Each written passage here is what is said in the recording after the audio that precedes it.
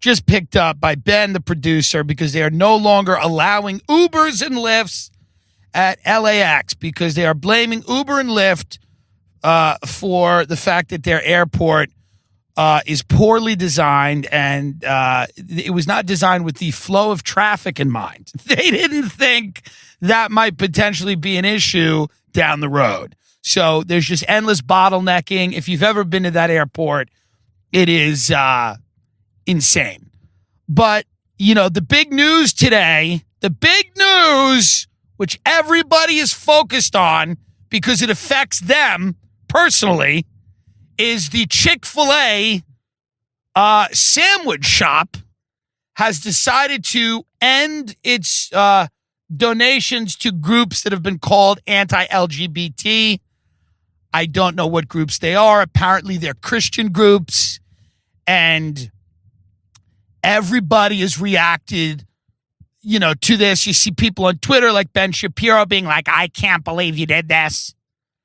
You thrived as a company by serving everybody, and now you've let cancel culture win. And of course you have like Dave Rubin, who's gay, by the way.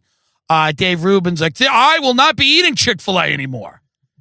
Dave Rubin's gay, and Dave Rubin's going, he's not eating Chick-fil-A anymore, and he's going to start making chicken sandwiches at his house. He felt the need to tweet that. He's an adult and felt the need to tweet that he would be making chicken at home now. Okay? Dave Rubin would go to Egypt or Saudi Arabia where they were like crucifying young gay kids.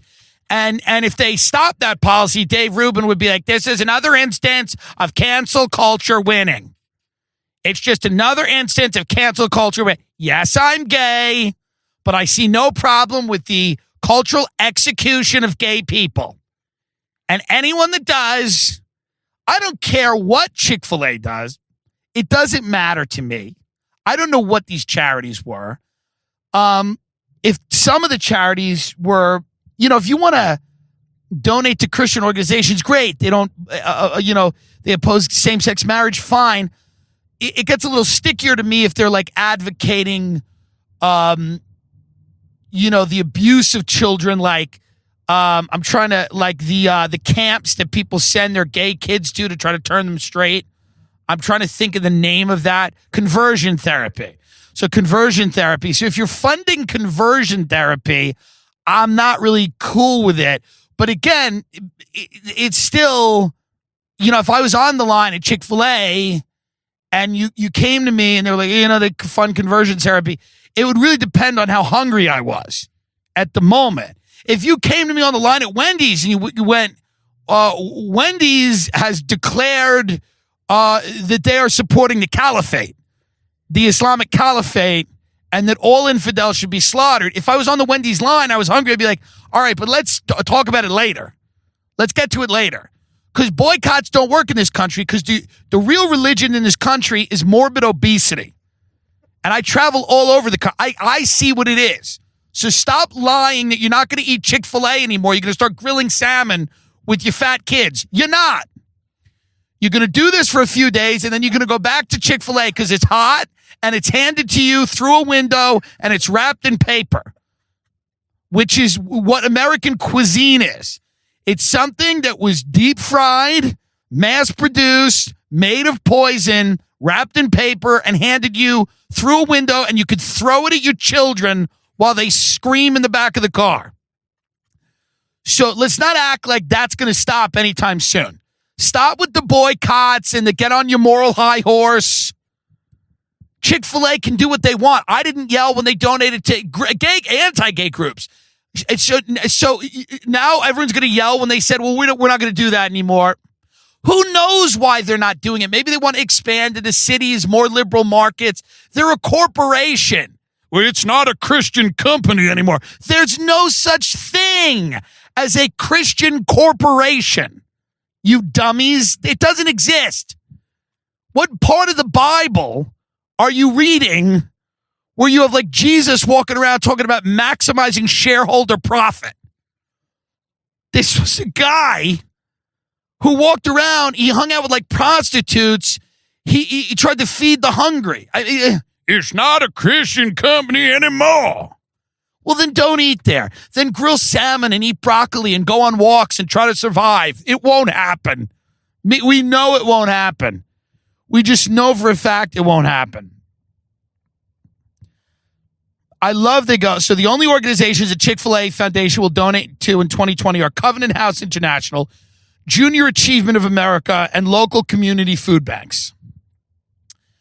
I mean, who gives a fuck? Really, truly. But can you stop pretending that boycotts are going to work? People say that the Gillette ad lost Gillette $8 billion. Gillette's razors are $38. No one can afford that. People don't shave anymore. It's not the dumb Gillette ad.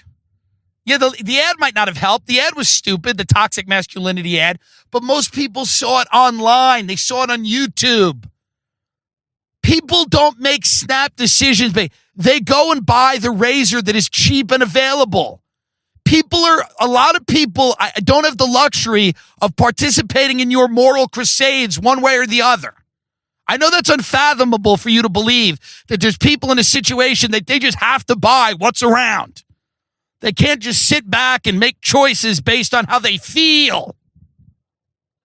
Go ask, we were pulling out of LAX. I said, Ben, go ask any of these workers if they give a shit who Chick-fil-A donates to. It's hot and it's available and they got to go back to work. They could have Satanists handing out those sandwiches. It doesn't matter. This country is a country of fat slobs that are not going to start taking responsibility for their own lives. They're not. That's why we eat this shit. We want to die. We know we're the problem. We know humanity is a disease. We see each other. We look at everything beautiful, the oceans, the sunsets, and we go, the only thing that's really polluting this fucking planet is us. So subconsciously, we want to die. So we're just, that's what it is.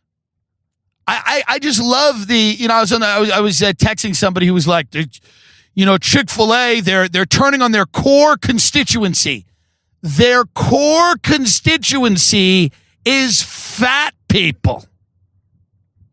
Yes, there are some Southern of course, the South goes, Christians go, blah, blah, blah. Maybe they lose a few dollars. They'll make up for it by just putting them in liberal city. It doesn't matter. They don't care. They're a corporation. They don't give a fuck. They just want to sell chicken sandwiches. They're only trying to sling chicken sandwiches. Dave Rubin, I'm going to make them in my home. Good. You and your fucking husband, who's probably so embarrassed. That poor guy, God only knows who Dave Rubin married somebody who's probably stealing money from his bank account, and good for him. If I married a dude, if I was as embarrassing as Dave Rubin and I got married to a guy, I would hope and pray that he was stealing from me every day. I hope to God Dave Rubin's husband's embezzling money from him every fucking day. Some twink who's just like, you make a lot of sense, Dave. You're going to make the chicken in the house now. No, you did great opening for Jordan Peterson. You were so funny.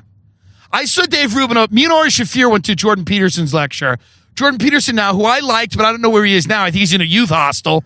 I haven't heard from him in a little while. I think they've strapped him to something. He'll be back. He'll have a comeback tour. No harm, no foul. Smart guy. Not going at him. Point is this.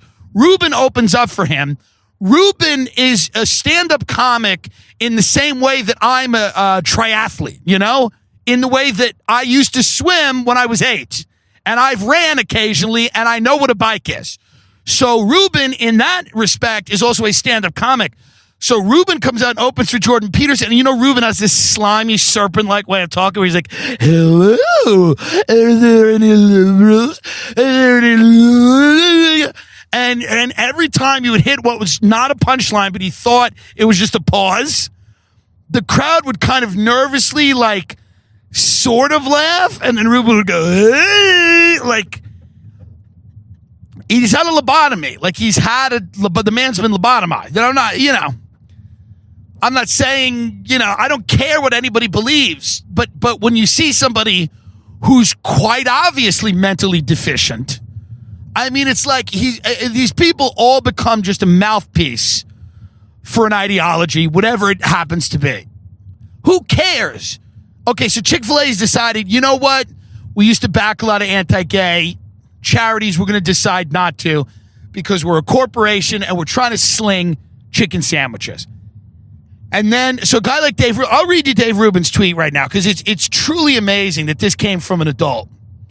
By the way, not only an adult, a guy that thinks he's funny. Like, this is a guy that thinks he's funny, which is more offensive to me. Thinking you're funny and not being funny is more offensive to me than being a Nazi or a communist because everyone has points. That's the problem. You know, all these little Nazi kids that are running around bothering Charlie Kirk. Yes, they're Nazis, but they have points. Al-Qaeda has points. Antifa has points. Stalin had points. So the thing is, everybody has points. Now, the larger point they're all making is wrong. But if Muhammad Atta had points, if you were on the plane going into the North Tower and Muhammad Atta, you said to Muhammad, you go, why are you doing this? And he goes, come to the back of the plane and let me talk to you. And he goes, to be honest, the U.S. has gone around the country overthrowing democratically elected leaders. What they've done is they've waged campaigns of terrorism in our countries that have murdered endless civilians. And they've used that to allow multinational corporations to come in and just steal our wealth. You'd go, fuck, all right. I don't want to be incinerated in 2 minutes, but Muhammad, you got a little bit of a point. And you'd eat your peanuts and you'd go see whatever. My point is that everybody's got points, okay? Even the people that you don't agree with or that believe horrific things. There are people that believe horrific things. There are people that think gay people shouldn't exist and black people should, and they're, listen, but then they'll have a point where they'll be like, well, you know, maybe we shouldn't abort children after they've been born. And you have to go, okay, that one, yes. That one, I'm with you. Just like Antifa, all day I'd be like, yes, you can't take over intersections in Portland. You can't take shits on the stage before Jordan Peterson speaks, even though that is kind of funny. You can't do this. The free speech shouldn't come with the threat of violence. But if Antifa turned around and, said, listen, here's the fucking reality. There's a lot of people in this country that are very comfortable with fascism and would vote it in tomorrow and usher it in. I would go, yeah, you're probably right. I mean, you're probably right. And if you doubt that, just go to a Buffalo Wild Wings. And the idea that there's some organized anti-fascist campaign isn't completely insane when you have a country of people that love a strong man, that the first thing they do is they're gonna get out and defend the police. Did you see that thing that I posted on my Twitter about a guy with no arms or legs? A cop, he's like wrestling a guy with no arms or legs. The guy's no arms and legs. He's in like a youth, like a group home, and the cop's like slamming him on the floor. I swear to God. And it's like, and the people will defend that cop. So that's why Antifa kind of exists, is because there's a lot of people in America, their first thing to do is just, back authority. So let's read Dave Rubin's tweet, by the way. Dave Rubin here. The decision makes absolutely no sense. Chick-fil-A was actually cool because it stood up to the progressive mind virus, which is cancel culture. By the way, these people just use like buzzwords, and this is everybody on all sides, by the way. None of them have brains and thought. They're like, they stood up to the progressive virus.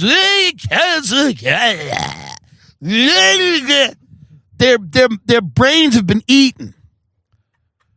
He goes, so Dave Rubin, now he's trying to be funny, right? He's a bland, basic bitch. Like, if there was ever a basic bitch, it is Dave Rubin. You're just a basic bitch. That's what you are. You're just basic. That Rubin Report show is, like, so boring. He has people on, and he's like, hello. Do you think that the progressive left is regressive? There's a great cartoon about it, which I'm imitating, which is fucking literally what he does. And then he just goes, I agree with you. I agree. You are right. I should be, at Ben Shapiro, that famous clip where Ben Shapiro's like, yeah, I wouldn't go to your wedding. And Dave Rubin was like kind of surprised by that. But it's like, that's who you're shilling for, dummy. So listen to this, Dave Rubin. And by the way, he's quote tweeting Ben Shapiro. So this is when Dave Rubin thinks he's funny. He goes, I'm not going back to that sad, dry, pathetic Burger King chicken sandwich. No way, no how. Back to the home-cooked frying pan. You know? Back to the home-cooked frying pan. I'm going to make my own chicken sandwich. Hey, Dave, fuck off. We don't need this contribution from you. You're an adult and you're telling us, that you're going to start cooking at home. I love it's like, that's the whole point of the tweet. It's like, I'm not going back to Burger King. I'm going to go cook at home while my husband goes out and fucks other men. I hope he is. I pray to God Dave Rubin's husband's fucking other men. That fucking zombie. It's a reality, folks. Boycotts don't work. Remember, everybody's trying to after Trump got elected, they were like trying to boycott Uber. And then they found out that the president of Lyft owned slaves. And they're like, well, what are we going to do now? I'm kidding about the president of Lyft. I don't know why, but he's involved in something questionable. You're never more than 3 steps away from something that's not good. It's the way it is. And what are you, 3 a.m., you're standing outside of a bar. What are you going to do? Go back to drunk driving? That would be great. Wouldn't that be great? A bunch of accidents. What happened? Why'd you kill that family? I'm not taking Uber. I won't do it. He's part of, this covered in blood. Do you know that the CEO of Uber is part of Trump's economic council? Yeah, we just took 2 kids out of that car. They're both dead. Well, it's better that than them living in a world where Trump's the president. I drive drunk. That's a great boycott. Boycott Uber. Drive drunk. I just imagine some guy in the South be like, Chick-fil-A is not a Christian company anymore. What I've planning to do is I'm going to go buy some salmon, some quinoa. I'm going to grill it. I'm going to make asparagus. I'm going to make a salad of arugula and lemon juice and olive oil. I'm not even going to use no store-bought dressing. And then I'm going to walk, do some light cardio. This Chick-fil-A thing's made me decide that maybe I should survive. The idea of fat Christians threatening Chick-fil-A is the funniest thing I could ever think. Just fat people. Imagine threatening a corporation that you're not going to use there. Imagine being that person that's like, no more. Not for me anymore. By the way, how embarrassing is it? These people are like, I eat Chick-fil-A every day and no more. It's like, why are you letting people know that you have that much of a dependence on a fast food company? Why are you letting people know that? How sick are you? I used to eat Chick-fil-A every week. It's like, why are you saying that in public? Twitter's public. People can see that. They know that you're eating a chicken sandwich from Chick-fil-A every week. That's part of your routine on Earth. That's what you've chosen to spend your time doing on the planet. With the one life that you have, you've chosen to eat Chick-fil-A so much that you're emotionally invested in what the company does. I'm going to boycott Chick-fil-A because that's what I've spent my life eating Chick-fil-A. There's literally tweets where people go, I've spent my life eating Chick-fil-A. No more, no longer. I mean, grow up. Grow up. Imagine caring what a corporate, imagine expecting morality from a corporate. I mean, these are the people that wait to fire people after Christmas so that they can work all the holiday shifts and then go, by the way, we're done. Bye-bye. I'm not saying all corporations are inherently evil, but the idea that you fucking expect them to mirror your own morality, and it's also, guys, kind of outdated. It's a little outdated. The idea that you're expecting a conglomerate to reflect your values when your values come from the Bible or the Quran or the Torah. Hey, guys, you got to have a better argument. There's a lot of good arguments for things that are in not murdering people. You'll be surprised. There's great secular arguments for not murdering people. There's great secular arguments for not fucking children, coveting your neighbor's wife, stealing. Great secular. You got to but you can't just hold the Bible up and say, this is the way I want my chicken sandwich shop to behave. And if they don't behave like this, the same way on the other side, if the chicken sandwich shop wants to believe in the Bible and support policies that originate in the Bible, you can think it's stupid or you cannot eat the chicken sandwich. It's not a big deal either way. You just don't eat the sandwich. If you don't like it, you go, I'm not going to support it. That's all. Folks, how many times have we told you about the great benefits of the Ridge wallet? Okay? The Ridge wallet is a minimal front pocket wallet that's designed to streamline what you carry every day. It has 30,000 5-star reviews, and it's a better way to carry your cash and cards. My father lost his wallet in New York City once. He left it on a phone booth, a payphone. That's when people used to have to use payphones. And he put it on the payphone, and he walked away, and I think he took like 20, 30 steps, and then he turned back and he ran back to the phone, and it was just gone, and a sea of people had come and gone in those few seconds. And he lost his wallet. You know, his wallet was big and bulbous. It was stuffed with business cards of everyone he had ever met, you know, receipts, gum wrappers, cash, but not a lot of it, a lot of ones, nothing. It was a big hunk of shit, much like my life, my childhood, and the life that he provided for our family. It was just technically a wallet. It was technically a life. It was technically an existence. But like everything else, it could have been a hell of a lot better. It could have been more focused, more streamlined. You know? He could have worked harder, tried harder, took more pride in what he was trying to do, saw his family as a project, as a brand, looked at me and my mother and tried to remake us into our best selves so he could bring us out, make a better class of friends with us, get into a higher echelon of society, make more money. He decided not to do any of that. He decided to keep things as they were. Go along to get along. Get along to go along. Whatever. He's not a bad man. This is just what he chose to do.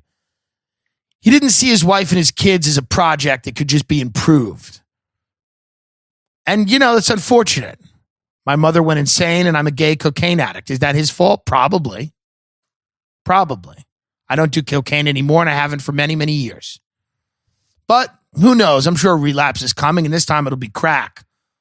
God only knows what I'll do. Just lock myself into the Safari Inn in Burbank, just smoke and rock every night. Why? Well, because my father didn't really put as much effort into things as he could have. Starting with his wallet, which was an old, worn piece of leather, like a big baseball glove that he took out of his pocket, fumbling around with business cards, desperately trying to seem relevant in a city that didn't care about him, in a business that he was only doing fine at. You know.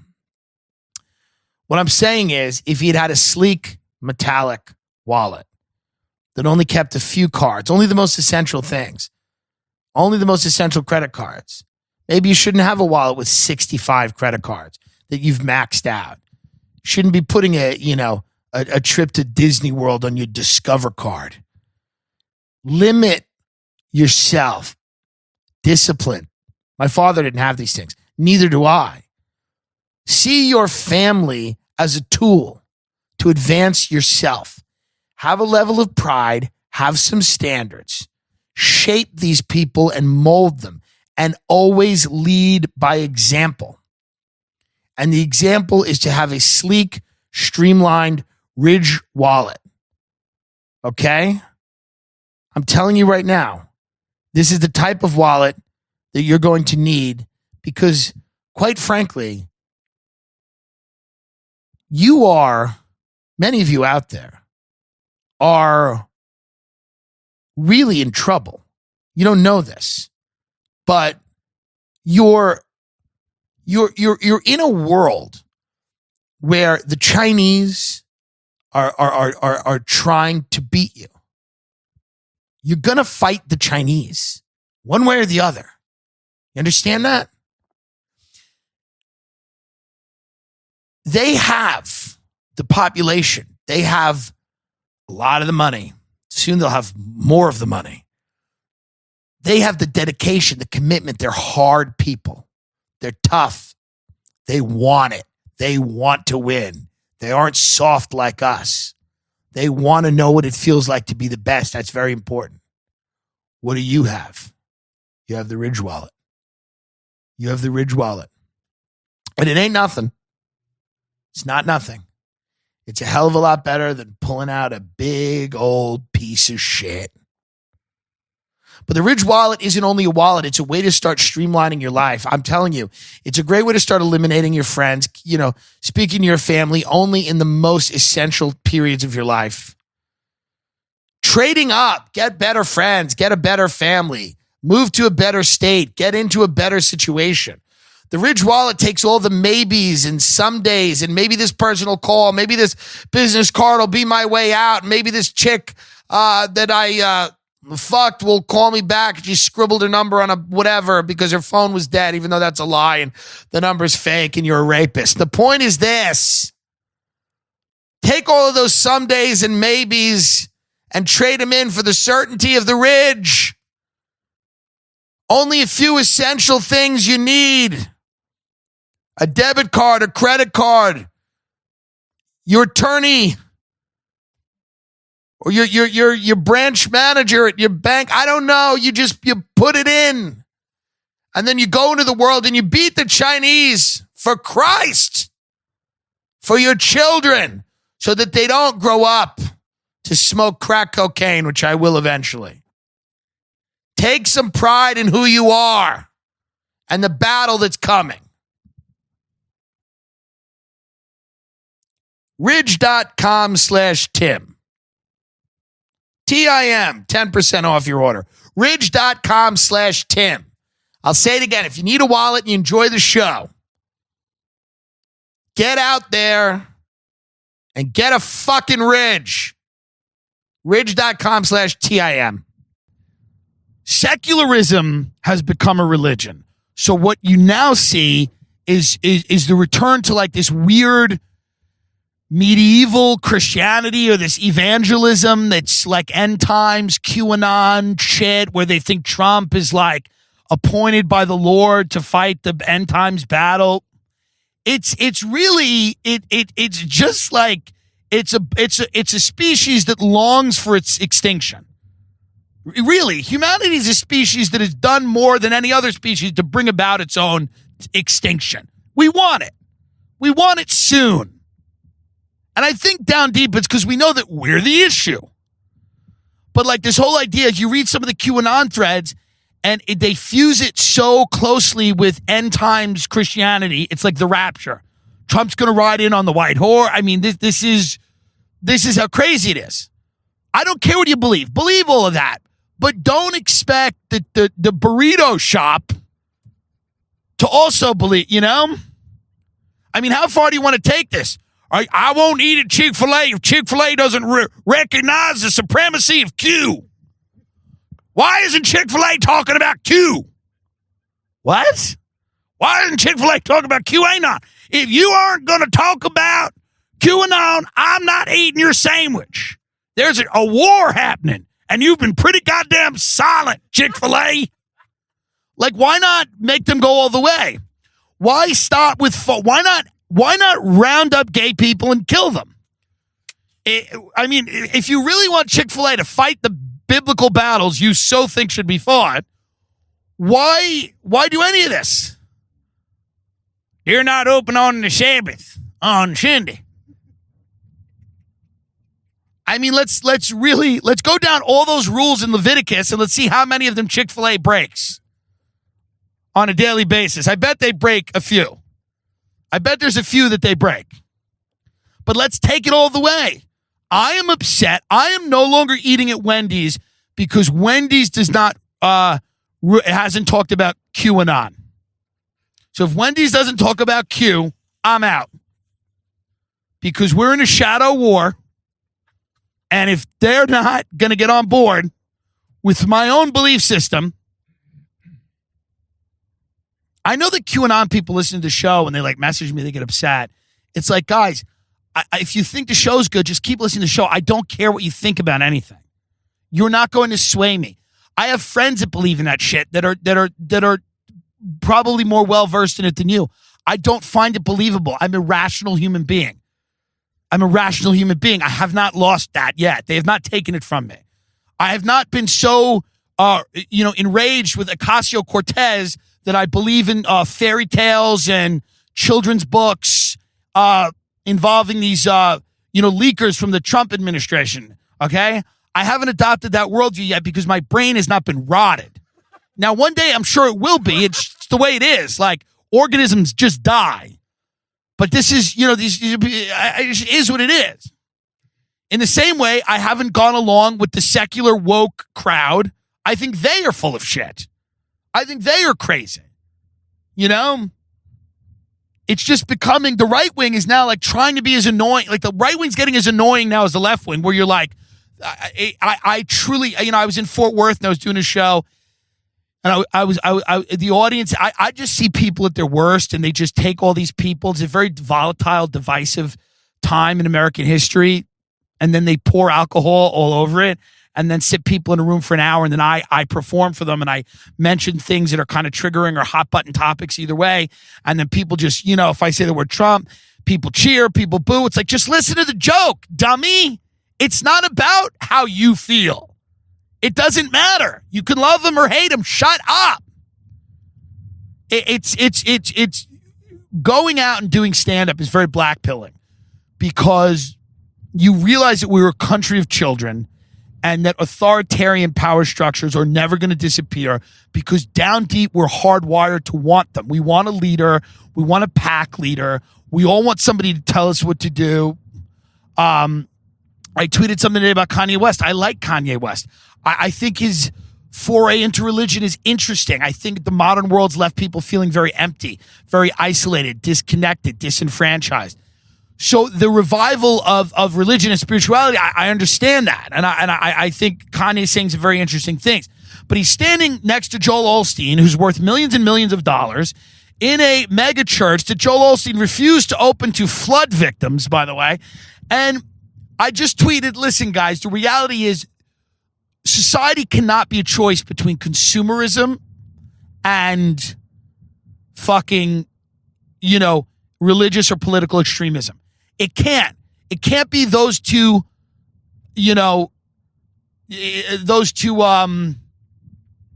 polar opposite, or are they relieving that opposite? But those can't be the choices. They can't be the options. We need to find something in the middle. And then people are like, well, how is this Christianity going to be? Because I said people are embracing belief systems that become dangerous because they feel so empty. People are like, well, how is this going to be dangerous? How's Christianity going to be dangerous? And I'm like, well, Christianity has done some negative things. It's done some negative things. In fact, it's a great way to fleece people out of money. It's a great way to fleece people out of money. And churches and pastors have been doing that for a very long time. Ask the kids who've been abused by priests if Christianity's done any negative things. Ask anybody who's given their life savings away to a charlatan minister that comes on the air at 2 a.m. promising them tickets into heaven if they sign checks from their bank. Ask any of them if it's been negative, dummy. Like, just, you gotta look at fucking, and I'm not, and militant atheism can be also very negative and people being nihilistic. And I've seen religion do beautiful things for people, but you gotta be rational. And when you have Kanye West standing next to Joel Osteen, if you don't see that this could be an issue down the road, I don't know that I can help you. If you don't see that down the road, this could get interesting. This could get very interesting. It might be great, but there is also that possibility that it won't be that great. And that other celebrities who may not believe in anything might decide to wear the mask of Christianity in order to make money and attack that market. You just have to view things like a rational person. I'm not hating on Kanye West. I like him. But he's clearly had a little bit of a mental slip. I wouldn't call it a break, but some of the things he says, you go, I don't know what's going on here. And, I appreciate what he's trying to do, and I appreciate, but let's, get real a little bit. He's standing there next to Joel Osteen, who's worth $1 bazillion because he's selling the best product ever, Christ. And Kanye's standing next to him, and I worry a little bit. I worry a little bit about the fusion between big Christian money and massive entertainers. I think that could be a very interesting road that we go down. I'm not saying that it's going to be, overturning Roe v. Wade or putting gay people in camps or any of that. I'm not some hysteric. But I just think that, religion's always been a great way to fleece people out of their own money. It's been great. And I'm like, I wonder if that's where this could be going. Hope not. But you got Joel Osteen grinning like Barabbas, by the way, standing on that stage. And I respect Joel Osteen. I respect somebody who goes out there, hits his flock over the head, and then when there's a flood, he goes, get out of my church, you pigs. I respect that. The same way I respect the Long Island medium for preying on, the sadness of mothers and fathers who've lost their children. And the idea that she's able to go to sleep every night doing that, taking advantage of people at their most desperate and making money out of it. I give her I say, hey, good on you. Good for you, Teresa Caputo, for literally preying on, and because they deserve it. They deserve it. Sorry to say it. They deserve it. My grandmother used to say that. If you buy a ticket for that, you deserve it. If you buy a ticket for that garlic knot to tell you she's talking to your daughter, that meatball, to tell you she's talking to your daughter, then you deserve everything you get. Can't be mad at her. Not mad at Joel Osteen. You want to write him? You want to give him all your money? Give him all your money. Not a big deal. The Tim Dillon Show is sponsored by Kanai Pro Gear. The world is going to hell in a handbasket. Well, this fits in with my show now, doesn't it? Some ads you read and you go, I don't really know, but they know me, these people. You got to be ready for battle, and it starts with a good backpack. Throw out that Jansport. Set your NPR tote bag on fire. Hopefully none of you have an NPR tote bag. Get Kanai Pro Gear. I mean, this is the reality, folks. And I don't want to black pill everybody, and I don't want to sound, apoplectic? But it's coming, I don't know from what side it's going to be. I think it might just be utter chaos. I don't think it's going to be a us versus them, good versus evil. I think it's just going to be marauding bands of, ultra-violent separatists, people that have separated themselves from society, that, are poorly trained in hand-to-hand combat. They're going to be all over the place. It's going to be Charlottesville every day, but not even about race relations. It's just going to be about people that want water. People are going to be marching for water. They're not going to care about statues being taken down. They're going to be like, remember when we used to drink water whenever we wanted? I'm telling you, it's getting there. It's really going to get there. There's nothing we can do about it. Political solutions don't work. Technology is only going to exacerbate as many problems as it's going to fix. There's too many trends converging right now that suggest that the future is going to be filled with climate-fueled emergencies, massive civil unrest, political corruption, pandemics,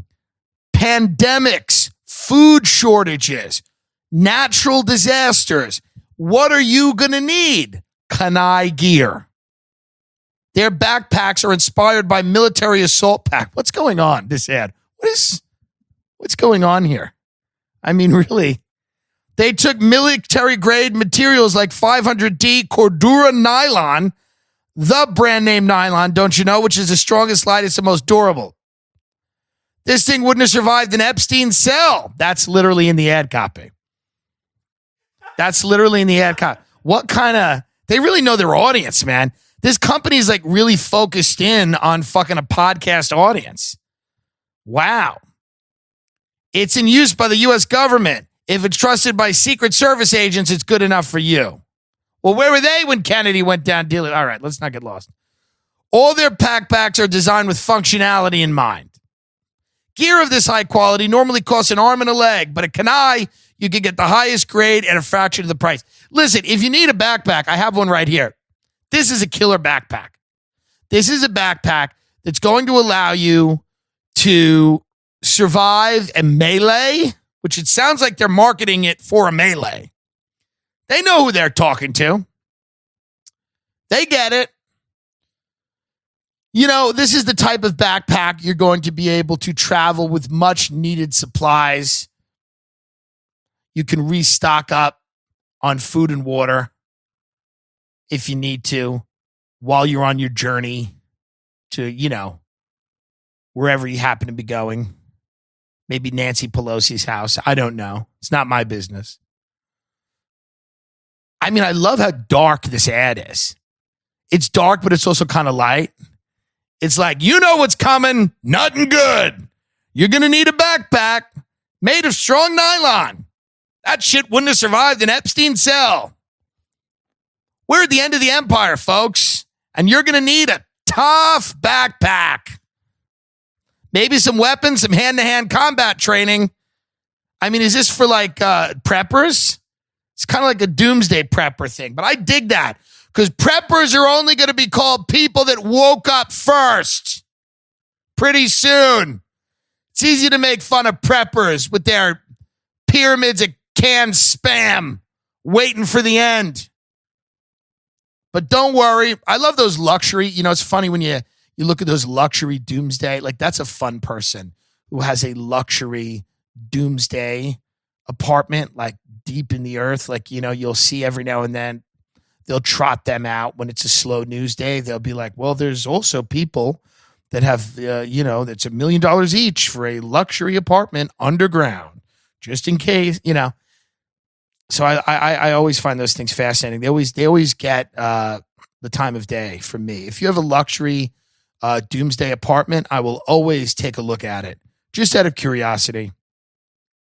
Their holiday sale is on now. And with my code TIM, T-I-M, you can add an additional 15% off. And for limited time only, if you spend over $40, they'll throw in free shipping. CannaeProgear.com. CANNAEPROGEAR.com. CannaeProgear.com. And all of their products come with a lifetime warranty. No matter what happens, rest assured, Kanai will repair or replace any back as long as you walk the earth. Get in a skirmish with local riot police? No biggie. Kanai's got you covered. Little tear gas? Screwed your backpack up? They'll help you. Maybe you got ambushed on the corner. You weren't expecting it. Some anarchists got you. Don't worry. Kanai will replace that as long as you walk the earth. Get the last backpack you'll ever buy. Jesus. This is really... Did I write this ad? I feel like I wrote this ad. Get the last backpack you'll ever buy at Kanai. CANNAE Progear.com. Use Tim to get 15% off. Oh my God. I do not even want to read. After the bombs, there will only be you and Kanai Pro Gear, the most durable backpack known to man. Are they trolling us? Is this a real company? I mean, it almost sounds like we're being trolled. I mean, it literally almost sounds like we're being trolled. They've lifted lines I've said on this show, and they've made it into a backpack ad, which I respect. It is a durable backpack. They're really leaning into their audience. Some Epstein jokes. They know. They know who's out there, folks. Wow. If you need a backpack and you like the show, it's the same thing I say to everybody. If you need a backpack and you like the show, this is a great way to support the show. It's a great company. It's a very durable backpack. There's kids that listen to this show in college. Some of them, I've met a few high school kids that came out to the show. It was hilarious. I was like, I had no idea we were reaching the youth. I thought they were all on TikTok, and most of them are. Let's get real. But people out there might need backpacks. People in their 20s and 30s, 40s might need backpacks, 50s, who knows? It's a great way to make yourself feel young, to have a nice backpack on the way to a riot. So, canIProgear.com, promo code Tim. By the way, if you're a Long Island head, which some of the people listening to the show are, you got to watch the show called, I forget what it's called. It's called Unpolished. And it's about this family of people that do nails in Long Island called the Martones. And it's like first of all, can we say this? So many women in Long Island that are like very Italian are almost trans. Like, and I don't say that in a negative way, and I'm not trying to insult anyone. But I will say that I am open more to these fluid gender arguments when I see like Long Island Italian women that are like, hey, my name is Bria Lexi. And I'm like, maybe we don't have it all down here. Maybe it's not as simple as just men and women when you see Long Island Italian women. There's a real masculine energy to these broads. It's interesting. And they have this new show about the salon they have in East Northport where they do like extreme nails. One woman comes in and she goes, hi, I'm going to a singer-songwriter conference. By the way, people in Long Island should be legally prohibited from ever entering the arts. So this woman comes in and she goes, I'm going to a singer-songwriter conference. I need my nails to play music because I want something to differentiate me from everyone else at the conference. And at that point, I would have said like, hey, what about your talent? But she's smart enough to realize she needs something else. So she has this woman who runs this salon go find a way to put one of her songs, which is horrific if you watch the episode, put one of her songs in her fingernail so that when they make her fingernail into a boombox. So when she taps the boombox, the song starts playing. Can you imagine being at whatever bullshit music convention this was, and you have this Long Island goon walking around going, look at my nail. Look at my nail. It's a boombox. It plays my song. And then she just starts tapping her boombox nail, and the song starts playing, and the song is so bad. But it's the show is sometimes I miss Long Island, and the show's like a fascinating glimpse into what Long Island is. She's like, my father's like Tony Soprano. They even breathe the same. And her father's a big guy, and her father's like,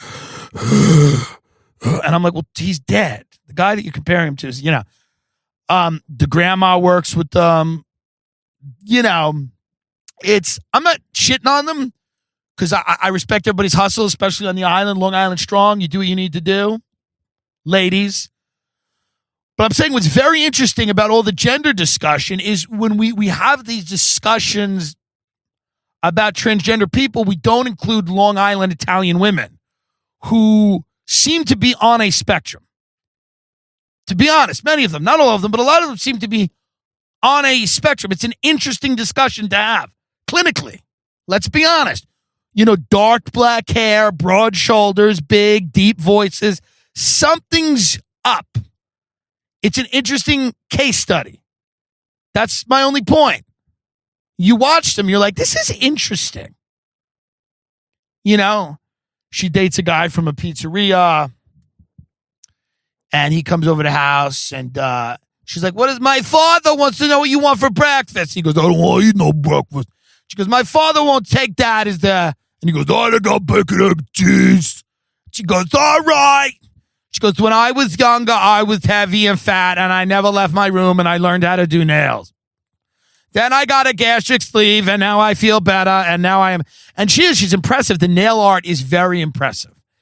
And then, so they run the salon together. Salon Martone. They're interesting. It's an interesting show. You get a little Long Island. You want a little Long Island? That's what you get. But it's very interesting, the gender dynamics that are out there. Just a lot of these Italian women, a lot of them the voices are very like, hey, Angela, you're gonna go. It's like no one would be shocked if they had dicks. Like, nobody would be shocked if you pulled down their pants. It was a big hog. Like a big hog. Not even like a small tranny dick that they made. Like a big hog. And you go, yeah. Yeah, this makes perfect sense. Because there's just some very interesting, in the same way that like certain Irish women, when they get older, they look like men. They look like Irish men. Like they have short hair and they just look like men. But that takes a while to the age. The Italian women, like the younger they are, the more like the masculine energy is peak in their like 20s and 30s. Some of them soften as they get older. And then they just look goth. They have like a weird goth energy because they get older and they're just dark. Everything's black and dark. But like around their 20s and 30s, they're like peak like, hey, how you doing? My name is Angela. I dated Vito, you know Vito. And I'm like, what's going on here? Maybe I'm wrong. Maybe all these radical gender theorists are right. And all it took me was a Long Island Italian woman to realize that gender might be a construct. This is a dude. We just said you should wear a dress. But to be honest with you, I don't know. After watching Salon Martone, I don't know. I mean, these broads are fucking. And I respect them. That's the other thing. I'm not hating on them. I'm sure they're women. I'm not saying they're not women, but they have an energy of a dude. I don't give a fuck about nothing. I'll fuck It's an energy of a dude. And you go like, this is interesting. Maybe there is something to be said for gender fluidity. I don't know. That's the thing. That's the other thing about Chick-fil-A. We've had the best sandwiches in Long Island forever.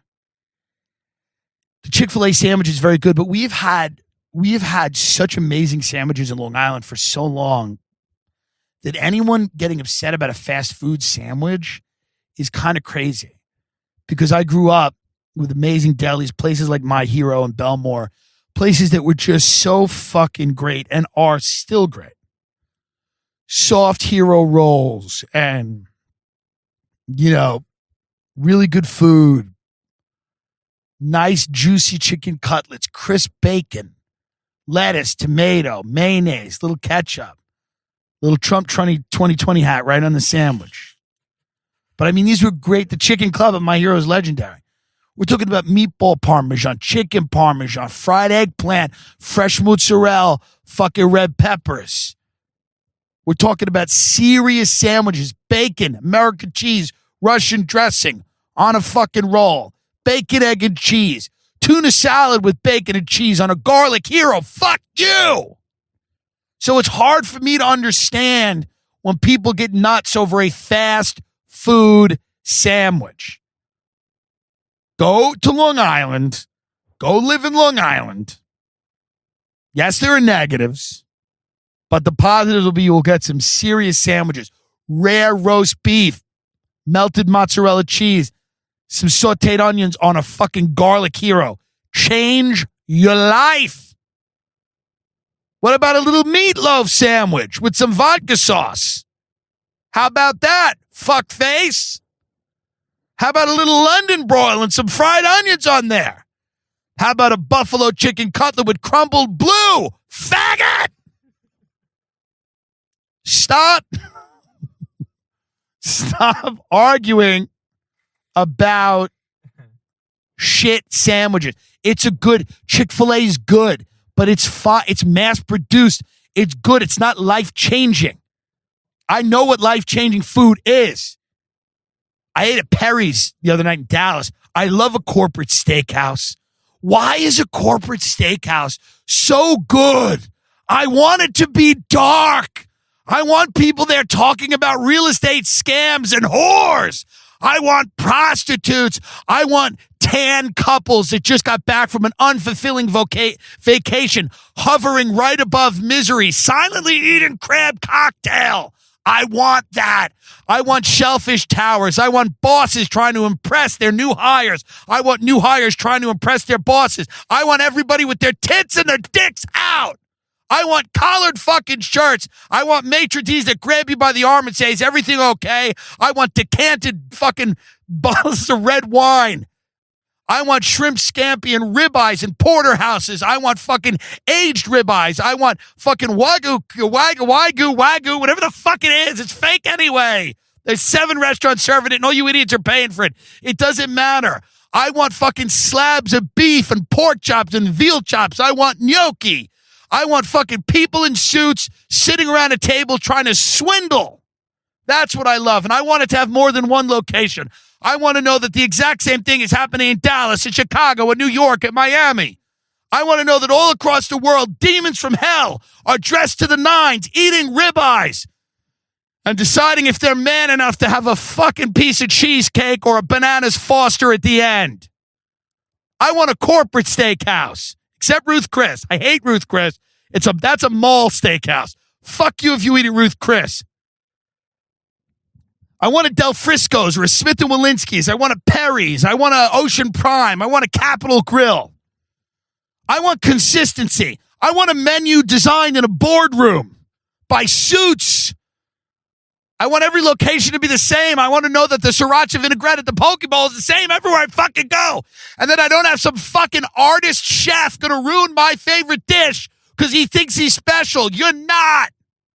Follow the fucking rules. The system exists for a reason. Marxist scum. But I will say, comrade, I will argue an appetizer every now and then off my tab. Just say this wasn't really what I thought it would be. But that's what I want. It's my favorite type of restaurant. It's always been the corporate, soulless steakhouse. That's the reality. If people don't spend their life trying to acquire things, they fall into some type of weird quasi-spiritual genocidal mania. They need little dumb things to do. They're beasts of burden, as Jordan Peterson said. They need to make enough money to buy themselves mashed potatoes with lobster on top of it for no goddamn reason. It doesn't even taste good. But Alan Stillman knew this, who started Fridays and Smith & Walensky's. D.D. Del Frisco knew this, who started Del Frisco's. Whoever the fuck Morton was, that fat fuck who started Morton's. And I don't really love Morton's, but it'll do. I don't like Mastro's out here in L.A. I don't like it. My point is, a good corporate steakhouse, that's where you tell your woman you're going. You're not going to some fucking, but I want to go, this little, 12 table restaurant and all their food is sourced from, shut up. We're going to a corporate steakhouse with my father. That's what we're doing. Because we've been going there for 10 years and he's almost dead. Make a fucking memory. You're going to have your petite filet mignon, your Chardonnay. You're going to shut the fuck up. Because this is a corporate steakhouse and we deserve this. This is the way my father loves me. We go and eat. We fill ourselves with fat and salt and sugar and bread. And we feel sick when we leave. Doesn't matter. We toss and return. We do not sleep well that night because our body should not be digesting this level of food. But it doesn't matter because as we're tossing and turning, everything we ate goes into a fucking column of profit for that corporate steakhouse. And it endures and it lives forever. And it gives senators a place to take prostitutes. And it gives older couples a place to just have that final meal before they decide they don't want to see each other again until they lay down in matching burial plots. I just love I will never love any restaurant as much as I love a corporate steakhouse. The transience of the people, they're all dying and there'll be another crop of them moving in. The maitre d' that pretends that they care. The lonely people like me sitting at the bar, most of them boozing, me just eating, and then the bartenders remembering our names. Hey, thanks for coming, Tim. Yeah. Hey, thank you. Thank you. I won't go back to the hotel and blow my brains out tonight because you said thanks for coming, Tim. because they know how to lube you up. They know how to make you feel nice because it's a corporate steakhouse. There's not one location. There's many. There's accountability. There's structures. There's hierarchy. Things matter. Things have to be done the same way. And yes, maybe there's not that many magical moments because you know what you're going to get and you expect it. So there's not a lot of magical moments in those restaurants. But guess what? The magic's over in this fucking country. You're lucky to have whatever it is that you got. There's not too many magic because nobody's taking the risks to make the magic because the risks aren't being rewarded. When you become a brand, you can't take risks, but you can deliver a sustainable level of quality to the people, which is all you should expect, you greedy fuck. We're in the end stage of an empire, and you're looking for somebody to whip up a miracle in that kitchen. It's not going to happen. Just get a medium rare ribeye in a vat of its own fat and a cream spinach and keep your mouth shut. Stop with the I read a review or this place looks nice or, this chef had an inspiring story. She grew up with one leg and now she makes omelets. Cut it out. Go to the corporate steakhouse and sit in the dark corner and eat what you know you're going to like. Maybe not love, but like. The country is over. These temples of consumerism and slabs of beef are what is left. High-end dining is dead. It died in the 90s. After 9/11, people took the tablecloths off the restaurants. People stopped going to French restaurants. They stopped spending 3 hours having tasting menus. Now all the restaurants in New York that are, 3-star Michelin restaurants, they all cater to high-end tourists, Asian tourists, things like that. People that have a shitload of money and they hand you some little jelly cube and it's tastes like a carbonated grapefruit and they go, ta-da! And you go, no ta-da! Fuck you! They hand you a bowl that's just a little sea urchin foam and a grape that's taken out of someone's ass. Fuck you! I will take my corporate steakhouse, please. A nice, fat loaf of bread that is not fresh, but it is hot as fuck. It's so hot that I don't remember that it was here 3 days ago. Probably on someone else's table. Some other fat slob gnawing on it. I've given up on truly transcendent dining experiences. I've had many of them, but they are over. Chefs have become commodities. Nobody has any appreciation for art. Everything sucks. Why would food be good? That's why you're all arguing about Chick-fil-A. Shove it up your ass. There's nothing left. The only thing that's left is the corporate chain steakhouse with the food that doesn't even make sense. Do you want crab on your steak? No, but sure. Do you want a lobster-crusted steak? I don't even know what that is, but yes. Why? Because I have nothing left in my life. Crust it with blue cheese and salmon cum. I don't care. As long as I pay more than the market price. I want to pay over market for this. Crust it with 9 things. I want the tartare to start.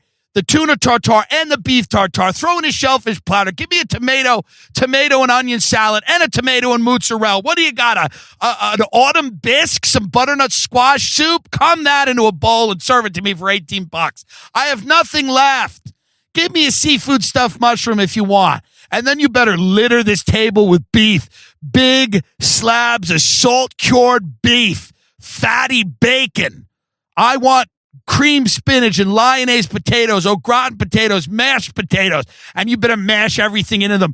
Beurre blanc sauce, butter, crab, lobster, shellfish, stone crab claws. You better take a hunk of Roquefort cheese and smash it into those potatoes with your bare hands. Because that's what I want. I want a meal that doesn't even make sense. I don't want it to even make sense. I want you to bring something to the table that I have to explain to someone while they stare at me. What's on your steak? It's crusted with lobster and a beurre blanc sauce and a gorgonzola spinach souffle. I don't know.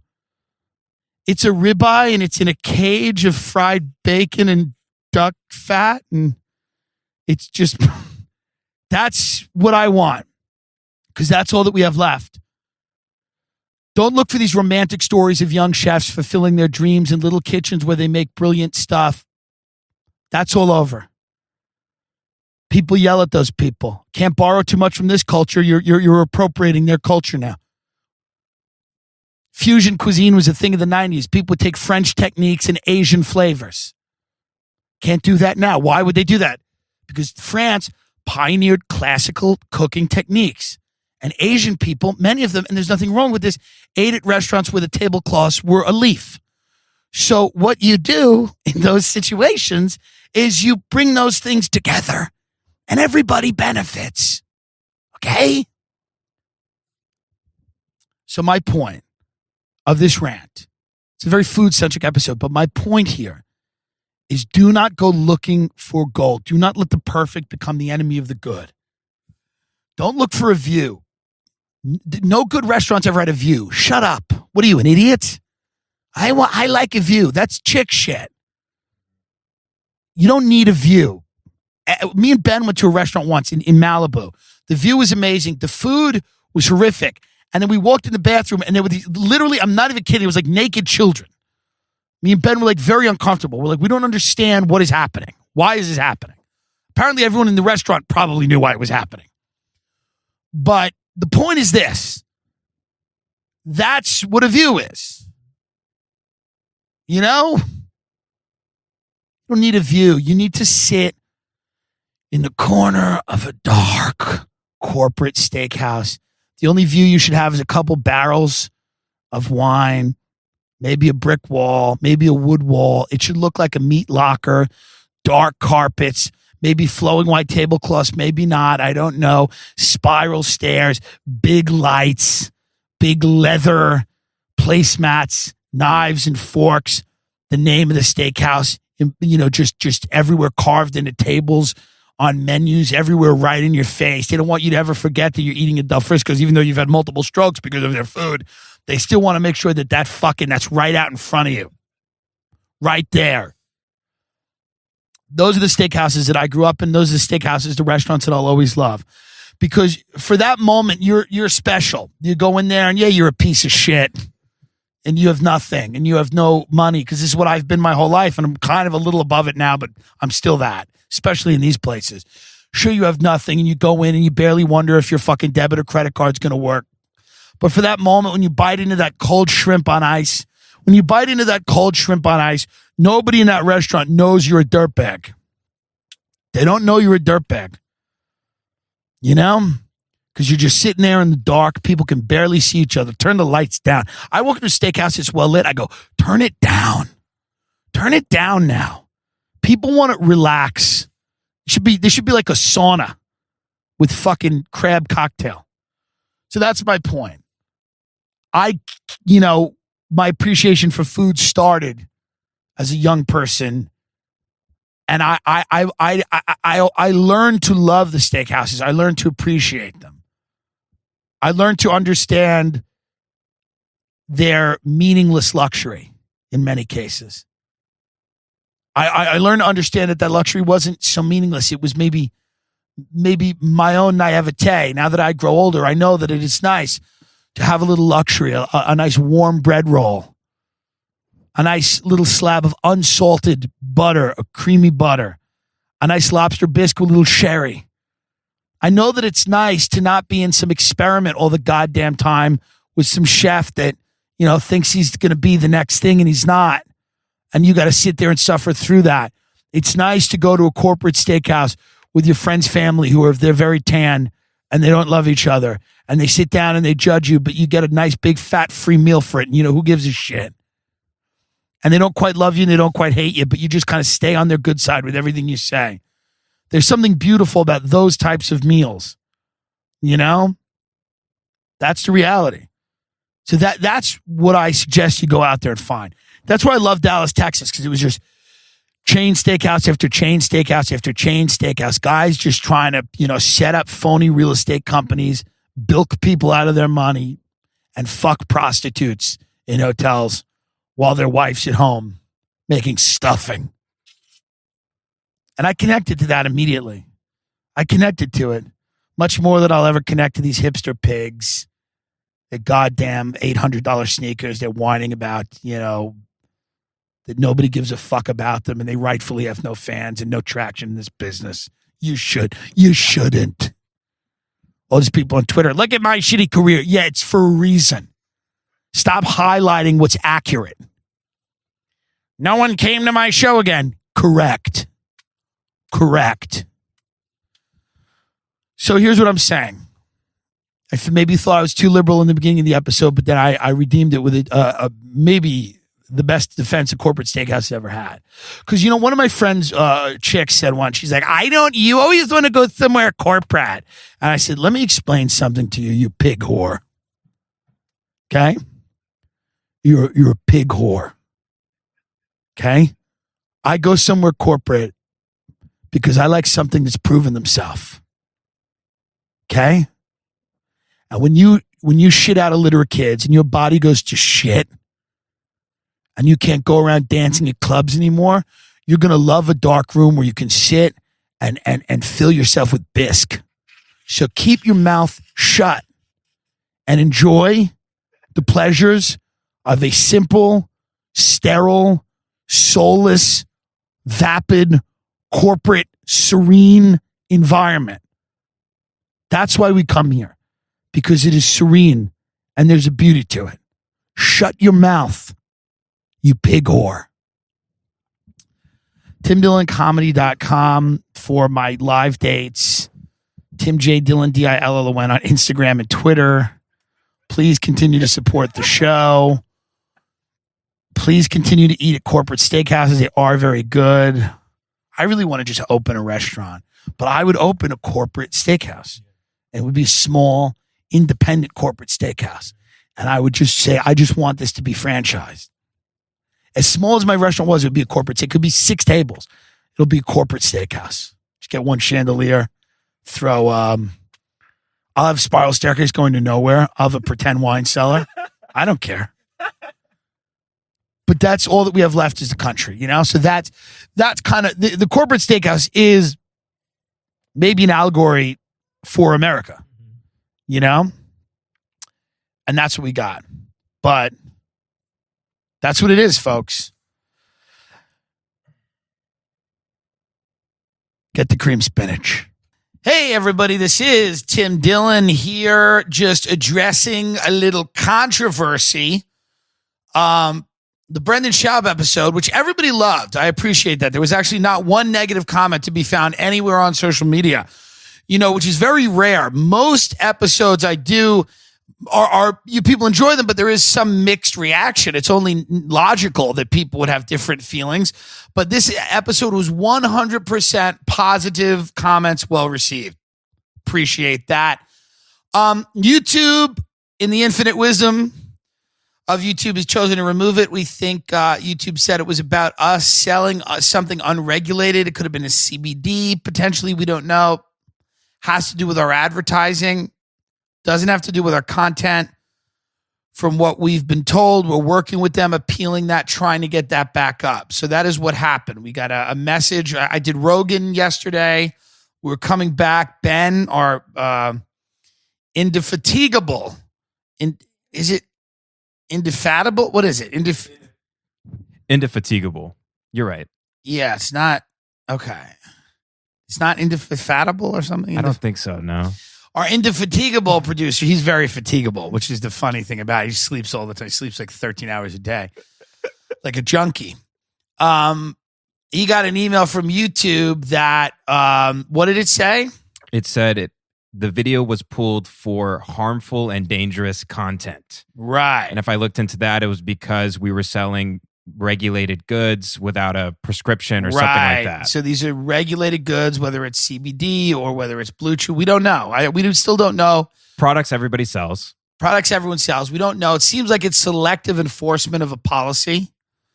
I don't know. Listen, I've talked enough about YouTube and what's going on with YouTube. We're all aware of that. How that shakes out, I do not know.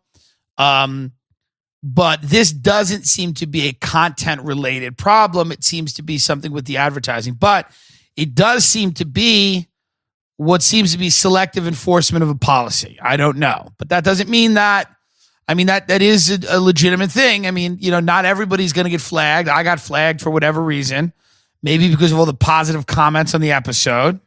It's very possible. I don't know. There's so many people that were so happy to hear that conversation happen. And there was such an outpouring of joy in many sectors of the internet that maybe that just alerted YouTube and they wanted to take a closer look at the episode. And then they were like, oh, these guys are slinging CBD and Blue Chew. Weird, not cool. I'm not going to try to be a hysteric about the direction the technology is taking in a lot of these platforms. I don't know. I, like you, I'm waiting to see all these things unfold. I did put on my story the other day, it begins. Because I do think something is beginning. I don't know what it is. And nobody knows. I mean, the signs are there that it's going to be tougher. We're going to have to be a little bit more careful. I also want to address why I'm not putting a lot of the videos or maybe all of the videos on Instagram anymore. I am not willing to lose my Instagram account for a video, especially when Instagram is not promoting any of the content we put out. So we're not getting as many views on those videos on Instagram as we are on Twitter. Twitter seems to be the last bastion of freedom. And I know it's a horrible thing and everyone's fighting on it. And a lot of it's political and everybody, listen, whatever. I don't own stock in Twitter. But I am telling you, Twitter seems to be the most lenient. I mean, there's porn on Twitter, And so the reality is, and don't tell me like so-and-so got banned and whatever. Like, I'm not defending every action the company takes. What I'm saying is for comedy videos, they seem to be, I know for a fact, they're a hell of a lot more lenient than Instagram and probably than maybe YouTube. I don't know. So also, if the videos were being promoted on Instagram, if they're on the Discover page, if people could find them. But I mean, listen, you could argue about shadow bans. You could say they're real, they're not real. I know that the video views I've got have plummeted as every other indicator of my career has gone up. I've gained followers on Instagram. I've gained followers on Twitter. The podcast is quadrupled in listenership over the last year. But the Instagram video views have plummeted. So that's either a change in their algorithm or people can't get to the videos or whatever. And I'm not going to complain about it. We're not going to make every fucking show about it. Boo hoo hoo. No one cares. I get it. But that's why they're not on there. We'll usually put a link to the video on Twitter. And that's that. Maybe we'll put some videos on Instagram if they're, completely safe, but that's not the type of stuff that we usually do. I don't know. We've got a few strikes on Instagram. We have to be careful. I don't know what the next strike is going to be or if it's going to be the final strike. I'm being very careful with that account. So the videos are going to go on Twitter. They're going to go on YouTube. And that's the way it is. And, there's still going to be shit on Instagram, and if we feel like a video is completely safe, well, and, we're not at risk of being flagged and being reported or being, having a video removed, then, we might put them on Instagram. But as of right now, we're being careful with that, which I think anybody right now that is creative in any way has to be very careful with anything they do, because you build a career using these platforms and you don't want to lose access to your fans, how to sell them tickets. You don't want to do any of that over a stupid little thing. So instead of censoring and making shittier videos that are unfunny, we're just putting them on Twitter. Not a big deal. That's okay. Instagram will still be a fun place. Still keep putting all my dates, my live stuff out there, ticket links, funny stuff, when we make it. But we're being a little bit more careful with that, which I think is reasonable. Hopefully they put the Schaub YouTube. We were about 50,000. 30,000, I think. About 30,000 views on that. And Gillis is up to 50,000. The Shane Gillis episode's up to 50,000. So, we're building a channel. We're in the infancy of kind of building this channel, and, the podcast has grown tremendously. So we appreciate that. We appreciate everybody on Patreon. We appreciate everybody who's just sharing it with their friends and family, tweeting it out, regramming it, putting links places, sending people YouTube videos, telling people about me over Thanksgiving when you go home and you say, hey, if you want to divert attention from a political fight, tell them about the show. Tell them about us. We go, hey, enough with that. Aunt John. Aunt John? Did I say Aunt John? I think so, yeah. Well, that's a trans aunt who's getting crazy. That's Aunt John. Aunt John she doesn't want, John identifies as a female but likes her old name. It's very confusing. So Aunt John just likes to booze it up. And Aunt John, even though she is trans, is an ethno-nationalist and loves whites. So if Aunt John's boozing it up and she's, talking about the ethno-state, and you're like, hey, Aunt John, how about you listen to the Tim Dillon show? It's real fun. And she's going to go, what's that? I don't even know, folks. I don't even know what I just said. We're probably banned. We're off Apple Podcasts. We're done. They're done. We're done. It's all over. In a few years, I'll just have a website. We'll host all the video on the website. It's good that all of these companies are treating us all like militia leaders. You know what I mean? Isn't that nice? That you all have to fucking, I shouldn't even be thinking this way. I do stuff on Comedy Central on the David Spade show. It's funny and it's on a cable news on a cable show. But it's just the idea. This is kind of funny. It's funny when you think about the inner workings of these companies, how they work. There's so much content, so many people putting out so much stuff. There's not enough people, and some of them are poorly trained when they're reviewing these complaints or these problems. It is what it is. I don't have too much of an interest in it, to be honest. Of all the things going on in the world right now, the inner workings of these companies, I have to know about because they affect me greatly. But I have not, because they don't interest me outside of that too much. I haven't really spent a ton of time in my life wondering how decisions get made at Twitter. Just haven't. Just trying to be funny. Haven't really thought about this stuff. Now I'm thinking about it more and more, which is necessary. But, I'd love to wash my hands of it all and go, who gives a fuck, and just be funny, because that's all I'm trying to do. And it's, that's what you people want from me, is to be fucking funny. That's it. And I get it, So in closing, I was going to make a joke that I'm censoring myself now. I was going to say, in closing, Heil Hitler, as a joke. I was going to say that as a joke.